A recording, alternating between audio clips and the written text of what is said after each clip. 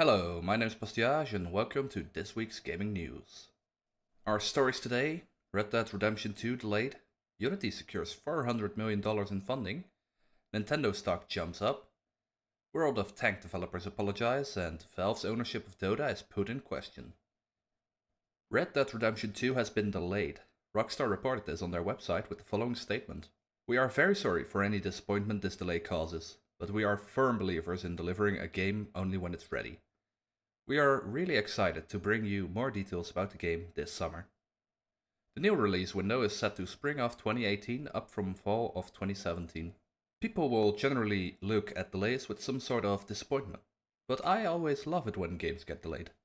This means that the developers are more committed to improving the game prior to release, rather than pushing it out at a preset window in whatever state it is currently in.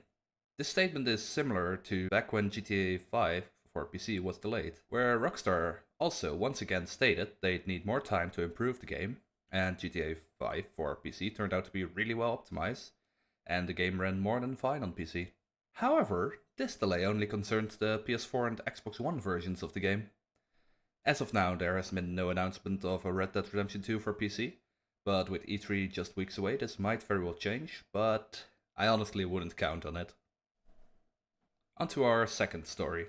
Unity Technologies, which develops the similarly named Unity engine, has secured $400 million of investment. This was reported to Bloomberg. Most of the money, according to Riccitello, is that how you pronounce that? But I quote, "In terms of primary capital, we don't ultimately need all that primary capital. The capital is safety when we're investing to grow as fast as we are." Which I would assume means they'll be using it as a safety net for when they're developing and investing in new technologies to be used in their game engine.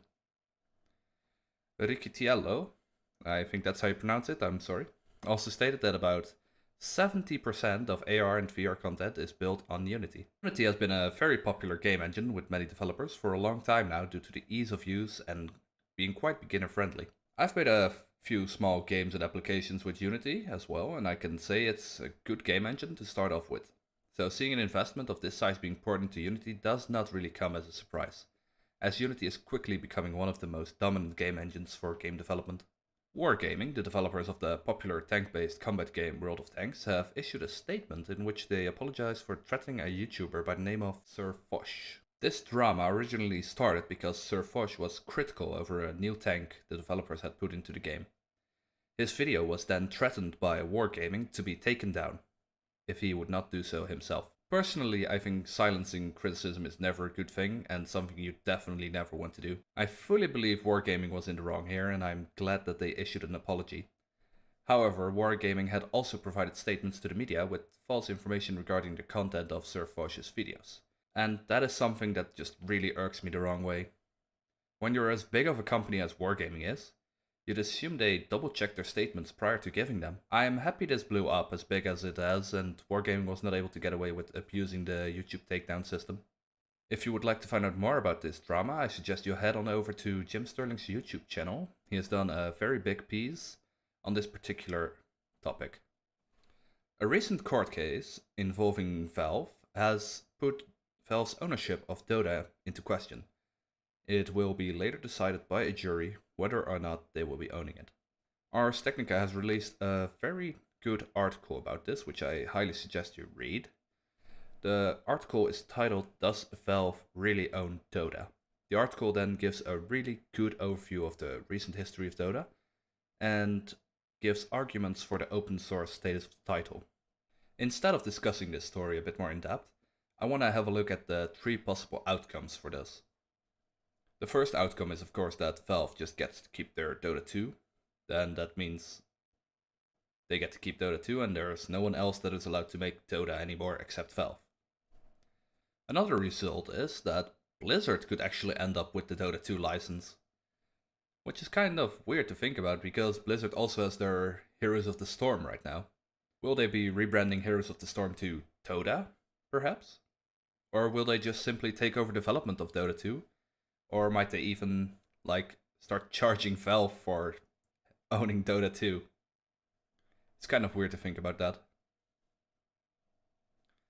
Then the final result could be that Dota 2 is declared open source.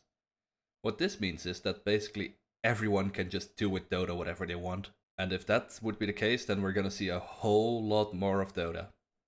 Unfortunately, intellectual property law is far outside of my expertise, so I can only really speculate as to what might happen. I strongly suggest you have a look at the linked article in the description, as it's a very good read.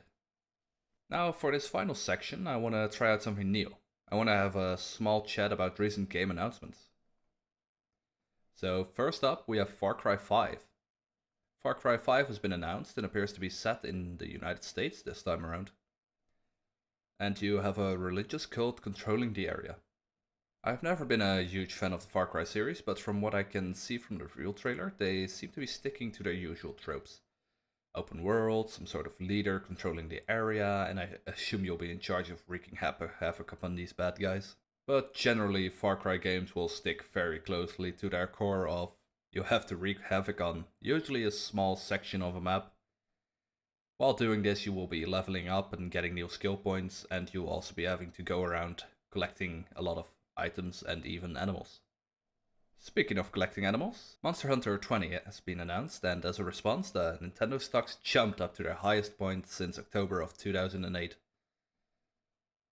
Curious as to why their stock was at its highest on October of 2008, I went back to October of 2008, and I found out that on the 2nd of October, Nintendo had announced the Nintendo DSi, which was the third iteration of the DS, which featured a bigger screen, SD memory slot, and two whole cameras. I'm not sure why the stock would max out after the announcement of that, but 1, I'm not a stockbroker, and 2, let's be honest, the DS was a pretty big thing back in the day. Monster Hunter is of course a very beloved title in Japan, but not as big in the Western world. Though I have some friends that are in love with the series. And finally, a new Life is Strange game has been announced by Don't Not Entertainment, saying it has been in the works since the boxed version of the game. Life is Strange is a story game driven by choices, similar to the Telltale games.